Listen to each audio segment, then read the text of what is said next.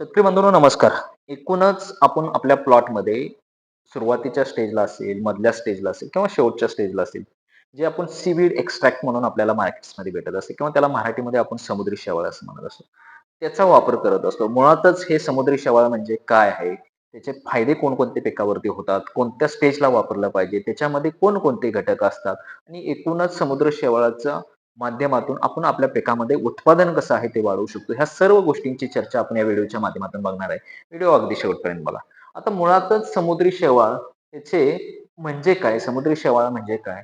तर हे मुळातच असताना समुद्री शेवाळ आहे ते विशेष प्रक्रियाद्वारे जे समुद्राच्या पाण्यातलं जे शेवाळ असतं, त्या शेवाळामधला एक द्रव किंवा अर्क आहे, तो आपल्याला विशेष प्रक्रियाद्वारे काय केला जातो? काढला जातो आणि आपल्याला त्या शेवाळाला आपण काय म्हणत असतो? सीवीड एक्स्ट्रॅक्ट किंवा समुद्री शेवाळ असं म्हणत असतो. आणि ह्या समुद्री शेवाळामध्ये आपल्याला वेगवेगळे घटक असतात, प्राकृतिक घटक असतात, जीवनसत्व असतात, अॅमिनो ॲसिड असतात किंवा सूक्ष्म अन्नद्रव्य असतात. ते नैसर्गिक स्वरूपाने त्याच्यामध्ये काय केलं जातं? उपलब्ध असतात. अशाला आपण समुद्री शेवाळ अर्क असं म्हणत असतो. आता मुळातच हा समुद्री शेवाळ अर्कामध्ये असे कोणकोणते घटक असतात, की ते आपल्या वनस्पतीला भेटू शकतात. मग नैसर्गिक वाढ संप्रेरक म्हणजे जे संजीवक असतात ते त्याच्यामध्ये असतात. त्याच्यामधले ऑक्झिन्स असेल, सायटोकायनिन्स असेल, जिब्रेलिन्स असेल. जीवनसत्वामध्ये ए जीवनसत्व, बी जीवनसत्व, सी जीवनसत्व, ई जीवनसत्व हे असतात त्याच्यामध्ये. अमायनो ॲसिड्स असतात किंवा सूक्ष्म अन्नद्रव्यामध्ये झिंक असेल, लोह असेल, मॅंगनीज असेल, बोरॉन असेल. ही महत्वाची सूक्ष्म अन्नद्रव्ये सुद्धा आपल्याला सीव्हीड एक्स्ट्रॅक्टमध्ये असू शकतात. त्याचबरोबर अल्गेनिक ॲसिड्स असेल किंवा मॅनिटॉल, बेटाईन, पॅरासायक्राइड्स हे इतर घटक सुद्धा आपल्याला त्या समुद्री शेवाळामध्ये आपल्याला भेटू शकतात आणि हे घटक आपल्याला वनस्पतीच्या वाढीसाठी अगदी सुरुवातीच्या स्टेजपासून शेवटच्या स्टेजपर्यंत आपल्याला त्या वनस्पतीवरती स्प्रेच्या माध्यमातून आपण देऊ शकतो. आता ह्या समुद्री शेवाळ किंवा सीवीड एक्स्ट्रॅक्टचा आपण आपल्या प्लॉटमध्ये स्प्रेच्या माध्यमातून असेल किंवा ड्रिपच्या माध्यमातून असेल ते वापरल्यानंतर एकूणच कोणकोणते फायदे आपल्या पिकावरती होतात. तर बघायला गेलं मुळांची वाढ आहे ते आपल्याला त्या ठिकाणी चांगली दिसून येते. मुळांची लांबी असेल, घनता असेल, पोषक द्रव्यांची क्षमता असेल किंवा पाणी शोषण क्षमता असेल, ती चांगल्या पद्धतीने आपल्याला त्या ठिकाणी मेंटेन होते. एकूणच वनस्पतीचा वाढ आणि विकास आपल्याला चांगला होतो. वनस्पतीची एकूण वाढ जलद होऊन फांद्यांची संख्या वाढते, पानांचा आकार वाढतो आणि एकूणच त्या वनस्पतीला चांगल्या प्रकारची काळोखी येते.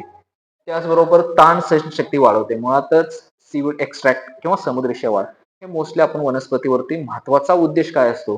तर जे झाडं आपलं वनस्पती आपली स्ट्रेसमध्ये जातात, ते स्ट्रेसमध्ये जाऊ नये म्हणून आपण शक्यतो ह्याची स्प्रे किंवा ड्रिपच्या माध्यमातून सोडत असतो. मग उष्णता असेल, दुष्काळ असेल, पाणथळ असेल, शक्यतो अशांना आपल्याला रेझिस्टन्स करण्यासाठी किंवा सहन करण्यासाठी आपल्याला त्या ठिकाणी सीव्हीड एक्स्ट्रॅक्टचा वापर आपण करत असतो. फुलधारणा आणि फळधारणामध्ये वाढ करायची असेल, फुलांची गळ आपल्याला कमी करायची असेल, फळधारणा आपल्याला चांगल्या पद्धतीने वाढवायची असेल, एकूण उत्पादन आणि गुणवत्तामध्ये वाढ करायची असेल, तर तेव्हा सुद्धा आपण समांतरी शेवाळी अर्कचा वापर त्या ठिकाणी करू शकतो. पोषण कार्यक्षमतामध्ये आपल्याला वाढ दिसून येते. जे न्यूट्रिएंटचं अपटेक आहे ते चांगलं होऊ शकतं आणि त्याच्याबरोबर आपल्याला पोषक द्रव्यांचं शोषण आहे ते वनस्पतीच्या माध्यमातून चांगल्या प्रकारचं आपल्याला त्या ठिकाणी होऊ शकतं. मातीची सुपीकता वाढवतं. समुद्री शेवाळ मातीची सुपीकता वाढवून जमिनीमधला सेंद्रिय कर्ब आहे तो देखील आपल्याला त्या ठिकाणी वाढतो आणि मातीची रचना सुधारून, जमिनीचा पोत सुधारून, मातीची वॉटर होल्डिंग कॅपॅसिटी आपल्याला जर ड्रिपच्या माध्यमातून वगैरे दिलं शेवाळ अर्क, तर आपल्याला त्या फायदा त्या ठिकाणी दिसून येतो. सूक्ष्मजीवांची वाढ आणि प्रोत्साहित होते. जमिनीमध्ये असणारी सूक्ष्मजीवांची वाढ असेल, हालचाल असेल, संख्या असेल, ती आपल्याला मेंटेन होते. आणि एकूणच झाडामध्ये कीड आणि रोग प्रतिकारक शक्ती असेल ती तयार होते. ताण सहन करण्याची शक्ती तयार होते आणि त्याच्यामुळे ही नैसर्गिक प्रतिकारक शक्ती वाढल्यामुळे कोणत्याही किडींचा आणि रोगांचा जास्त प्रादुर्भाव आपल्याला त्या वनस्पतीवरती होत नाही.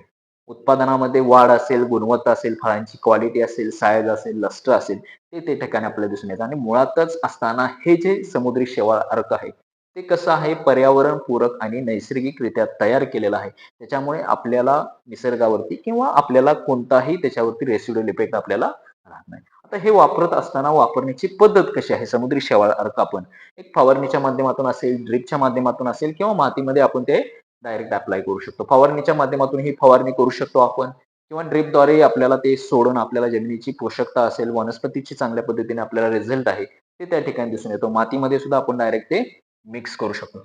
शक्यतो वापरायचं कधी? हे वाढीच्या वेगवेगळ्या टप्प्यामध्ये आपण वापरू शकतो. मग ते टप्पे कोणते आहेत? पेरणीनंतर किंवा लागवडीनंतर वापरू शकता. वाढीच्या सुरुवातीच्या टप्प्यामध्ये असेल, फुलधारणाच्या काळामध्ये असेल किंवा फळधारणाच्या काळामध्ये असेल.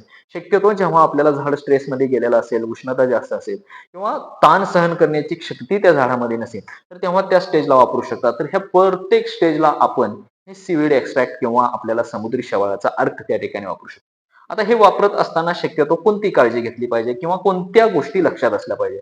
नियमित आणि योग्य वेळी वापरल्यास म्हणजे अगदी सुरुवातीपासून शेवटपर्यंत प्रत्येक टप्प्यानुसार जर वापर केला, तर आपल्याला रिझल्ट त्या ठिकाणी दिसून येतो. त्याच्याबरोबर इतर कोणतीही औषधं त्या ठिकाणी मिक्स करून वापरायची नाहीत. त्याचबरोबर सकाळी किंवा संध्याकाळी फवारणी करावी, वारं शांत असावं अशा ठिकाणी करावी आणि शक्यतो ज्या बॉटलवरती किंवा त्याच्यावरती दिलेल्या लेबलच्या सूचनाप्रमाणे त्या गोष्टी अंमलात आणाव्या. तर हे एकूणच सीव्हीड एक्स्ट्रॅक्ट किंवा समुद्री शेवाळ अर्क आहे. त्या गोष्टी म्हणजे काय, फायदे कोणते, वनस्पतीवरती काय परिणाम दिसून येतात, हे सगळ्या गोष्टींचा अभ्यास आपण या व्हिडिओच्या माध्यमातून केला. तर एकूणच सर्व शेतकरी बांधवांना हा व्हिडिओ कसा वाटला कमेंटच्या माध्यमातून जरूर सांगा. ज्याही शेतकरी बांधवांनी अजूनही आपल्या YouTube, Insta आणि Facebookला फॉलो केलं नसेल, तर त्या शेतकरी बांधवांनी जरूर करावे. धन्यवाद.